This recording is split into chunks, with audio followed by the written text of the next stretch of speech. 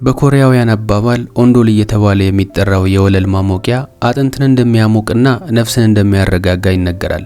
ነገር ግን ለፓርክ ሚንጁን በመኝታ ክፍል ወለል ስር ከተገጠመው ማሞቂያ የሚመጣው ሙቀት አይደለም ሊያረጋጋው ከልክ በላይ ያሰቃየው ነበር። ባለፉት 3 ዓመታት አዲስ በተሞላ የኮንክሪት ወለል ላይ ፍራሽ አድርጎ እየተኛ ነበር። ከዛ ኮንክሪት በታች ለዘላለም እንደምትወደው የነገረችው ፍቅረኛው ሊሲዮን በፕላስቲክ ተጠቅልላ ተቀብራለች። በቅናት መንፈስ ተነሳስቶ አንቆ ከገደላት በኋላ የቤቱን ወለል ቆፍሮ ቀብሯታል። ነገር ግን ክረምት በመጣ ቁጥር ማሞቂያውን ሲለኩሰው ሙቀቱ ከተኛችበት የዘላለም እንቅልፏ የሚቀሰቅሳት ይመስለው ነበር። ከዚያም በኃጢያቱ ላይ ተኝቶ የሚኖረው ይህ ወጣት ሙታን ተመልሰው ሊመጡ እንደማይችሉ በድፍረት ለራሱ በመናገር ራሱን ለማረጋጋት ይሞክር ነበር። ፍርሃት ማለት ቀስ በቀስ ሰውን የመግደል ጉልበት ያለው መርዝ ነው። ፍርሃቱን መሸከም የከበደው ሚንጁን በመጨረሻም ወንጀል ከፈጸመባት ቡሳን ከተባለች ከተማ ለመሸሽ ወሰነ። ከተወሰነ ጊዜ በኋላ ወደ ተጨናነቀችውና በኒዮን መብራቶች ወደ ደመቀችው ሴኡል ከተማ ገባ። ስሙን የፀጉር አቆራረጡንና ታሪኩን ቀይሮ በህዝብ መሃል ተደበቀ። በኢንተርኔት ካፌ ውስጥ እየሰራ ምንም አይነት ዲጂታል መረጃ የሌለው መንፈስ በመሆን መኖር ጀመረ። አሁን ማንነቱን ስለለወጠ በጣም ብልህ እንደሆነ ማሰብ ጀምሯል። ምክንያቱም የቡሳን ፖሊስ መዝገቡን የዘጋው መስሎት ነበር። ነገር ግን መርማሪ ኪም ጂሱ መዝገቡን ለመዝጋት ፈቃደኛ አልነበረችም። አሁንም በጠፋችው ሴት ዙሪያ ምርመራ ላይ ተጠምዳለች። በመጨረሻም እንደ ሚንጁ አይነት አውሬ ሰዎች በዋሻ ውስጥ እንደማይደበቁ ይልቁንስ ትኩረትና ፍቅር እየፈለጉ በህዝብ መሃል በድፍረት እንደሚኖሩ ተረድታለች። አሁን ጂሱ ይህንን ሰው በቀላሉ በካቴናና በፖሊስ ትዕዛዝ ብቻ መያዝ እንደማትችል ገብቷታል። እጅግ በጣም ተንኮለኛና ብልጥ ሰው እንደሆነ ታውቃለች። ብዙ ካሰላሰለች በኋላ ቁንጅናዋን በመጠቀም በፍቅር ሰበብ እሱን ለማጥመድ ትወስናለች። ይህንን ተልእኮ ለመፈጸም ለሳምንታት ያህል የውሸት ማንነት መገንባት ነበረባት። አሁን በአዲሱ ማንነቷ ሃና የተባለች በብቸኝነት የምትኖርና ከፍቅር ህመም ያገገመች ስኬታማ ዲዛይነር ሆናለች። የሱን ስነ ልቦና ካጠናች በኋላ ራሱን እንደ ተጎጂ የሚቆጥር በራስ ወዳድነት የተሞላ ሰው እንደሆነ ተረዳች። በአንድ ዝናባማ ማክሰኞ ዕለት ሚንጁን በድብቅ ስም በሚጠቀምበት የፍቅር መተግበሪያ ላይ መልእክት ደረሰው። መልእክቱ በዚህ ፎቶ ላይ ያሉ አይኖችህ ከባድ ሸክም የተሸከሙ ይመስላሉ፣ ይህንን እይታ አውቀዋለሁ የሚል ነበር። ሚንጁን ተረጋግቶ ማሰብ ጀመረ። የተላከለት መልእክት ተራ የፍቅር መልእክት አልነበረም። ነፍሱን ያነበበችው መስሎ ነበር የተሰማው። የተወሰነ ካሰላሰለ በኋላ እሱም መለሰላት። ቀጥሎ የተፈጠረው ነገር በእውነትና በምናብ መሃል ያለው መስመር ያጠፋ የዲጂታል ፍቅር ነበር። ጂሱ ድራማዋን በከፍተኛ ጥንቃቄ እየተወነች ነበር። ለ6 ወራት ያህል በየቀኑ እየተጻጻፉ በስሜት መተሳሰር ጀመሩ። ከዚህም በተጨማሪ ሌሊቱን ሙሉ በስልክ ያወራሉ። አንድ ቀን ማታ ሚንጁን ድምጹ እየተንቀጠቀጠ በባለፈው ህይወቱ አሰቃቂ ነገሮችን እንዳደረገና የጥፋተኝነት ስሜት እንደሚሰማው ነገራት። በዚህ በሌሊት በቀዝቃዛው የፖሊስ ጣቢያ ውስጥ የጆሮ ማዳመጫ አድርጋ የነበረችው ጂሱ ድምጿን በማለሳለስ እንደ እውነተኛ ፍቅረኛ መለሰችለት። ሁላችንም ጠባሳዎች አሉን። ያለፈው ታሪክ ግድ አይሰጠኝም። እኔ መጨነቅ የምፈልገው አሁን እያወራኝ ስላለው ሰው ብቻ ነው። ቁስልህን ማዳን ፈልጋለሁ በማለት መለሰችለት።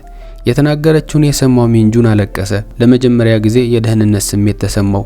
እንደተወደደ ማመን ጀመረ። ሃናም የሱ ቤዛ እንደሆነች ራሱን አሳመነ። ከዚህ በኋላ ግጥሞችን እየጻፈ ላከላት። እሷም የምትወዳቸውን ለስላሳ የፍቅር ዘፈኖች በድምጽ መልእክት መላክ ጀመረች። አሁን ሚንጁን ለሷ ያለው ፍቅር ከልክ በላይ የሆነ ነው። ስልክ በማውራትና በሜሴጅ ብቻ የሚታለፍ አልነበረም። እሷ ግን አሁንም አውሬ ብላ ለምታስበው ሰው አፍቃሪ መስላ ከመቅረብ ውጪ አሁንም ለሱ ፍቅር የሚባል ነገር አልነበራትም። ብቻ ስራውን መፈጸም ስላለባት አስቀያሚ ስሜት እየተሰማት አሁንም ትወናዋን ቀጥላለች። እሱ ግን በጣም ስለወደዳት የዲጂታል ዓለም ብቻውን በቂ አልነበረም። ከነበረበት ደንጋጣ ህይወት ያወጣችውን ሴት በአካል ሊያገኛት ጓጉቶ ነበር። እናም እንዲገናኙ ለመናት። ከሷ ጋር አዲስ ህይወት መጀመር እንደሚፈልግም ነገራት። በተጨማሪም ስለሱ ሁሉም ነገር እንደሚነግራትና ያለፈውን ጥፋቱ ማወቅ እንደሚገባት ቃል ገባላት። በሌላ በኩል ጂሱ እየጠበቀችው የነበረውን ጊዜ እንደደረሰ ተደርታለች። ከዚህ በኋላ ሃንጋንግ በተባለ ፓርክ እንዲገናኙ ነገረችው። የተቀጣጠሩት እኩለ ሌሊት ላይ በነገረችው ፓርክ በሚገኝ ድልድይ ስር ሲሆን ብቻውን እንዲመጣ ነግረዋለች። ሚንጁን የነበረውን የተወሰነ ገንዘብ ወጪ በማድረግ ሱፍ ገዛ። በተጨማሪም እሷን የጋብቻ ጥያቄ ሊያቀርብላት ስለፈለገ የአልማዝ ቀለበት ገዛ። ጺሙ ተላጨ፣ ሽቶም ተቀባና ራሱን መስታወት ተመለከተ። አሁን ነፍሰ ገዳይ ሳይሆን መስታወት ላይ የተመለከተው ሙሽራ ነበር። የከተማዋ መብራቶች በጨለማው ውሃ ላይ በሚያንጸባርቁበት በሃን ወንዝ ዳርቻ ልቡ በአዲስ ተስፋ እየመታ ወደ ቀጠረችው ቦታ ተራመደ።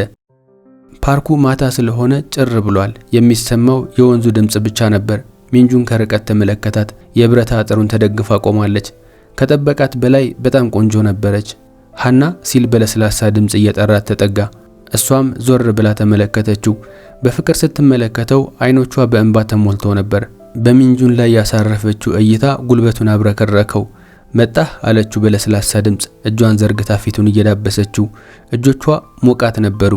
እሱም ፈገግ እያለ ላንቺ ስል የትም እሄዳለሁ ብሎ መለሰላት። አይኖቹን ጨፍኖ በለስላሳ እጆቿ ንክኪ እየተመሰጠ ነበር። እሷም አውቃለሁ በማለት በለስላሳ ድምጽ መለሰችለት። አውራ ጣቷ መንጋጋውን እየዳበሰ ነበር። ከዚያም በፍጥነት አንገቱ ስር ወረደ። ከዚህ በኋላ ነገሩ በጣም ቀላል ሆኖላታል።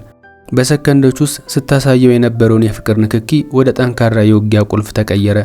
ሚንጁን አይኖቹን ከመክፈቱ በፊት እጁ በከባድ ጉልበት ወደ ኋላ ተጠምዝዞ ነበር። በጨለማው ውስጥ ፍቅረኛሞች መስለው ተደብቀው የነበሩ ሲቪል የለበሱ ፖሊሶች በፍጥነት ከበቡት። ፓርክ ሚንጁን ሊሲዮንን በመግደል ወንጀል ተይዘሃል በማለት ለምን እንደተያዘ አሳወቁት። ሚንጁን አልታገለም። የሚናገረው ነገርም አልነበረውም። ጉንጩ ቀዝቃዛው መሬት ላይ ተለጥፎ ጂሱን እየተመለከታት ነበር። በጣም እያሳመመው የነበረው የታሰረበት ካቴና ሳይሆን የሷ ክህደት ነበር። ግን ተረድቻለሁ ብለሽኝ ነበር እኮ አላት እያቃሰተ። መርማሪ ጂሱ ግን አሁን ፊቷ ላይ የነበረውን ፍቅር አራግፋ በመጣል ሌላ ሰው ሆናለች። አስፈሪና ቀዝቃዛ የፖሊስነት ባህሪዋ ተገልጧል። በደንብ ተረድቻለሁ ሚንጁን፣ ለዛ እኮ ነው በዚህ መንገድ አንተን ለመያዝ ያቀድኩት በማለት መልስ ሰጠችው። የፖሊስ መኪናው ከከተማዋ እየራቀ ሲሄድ የሴኡል መብራቶች ወደ ቀይና ሰማያዊ መስመሮች እየተቀየሩ ነበር። በመጨረሻም ፍቅረኛውን ገድሎ የቤቱ ወለል ስር የቀበረው ሚንጁን የሞት ፍርዱን እንደተቀበለ እየነገረን ታሪካችን እዚህ ላይ ያበቃል። በሚቀጥለው በሌላ አዲስ ታሪክ እስክንገናኝ በያላችሁበት ሰላማችሁ ይብዛልኝ። ባይ ባይ። 잠이 오지 않는 밤에 내가 지켜줌으로 안아줄게요.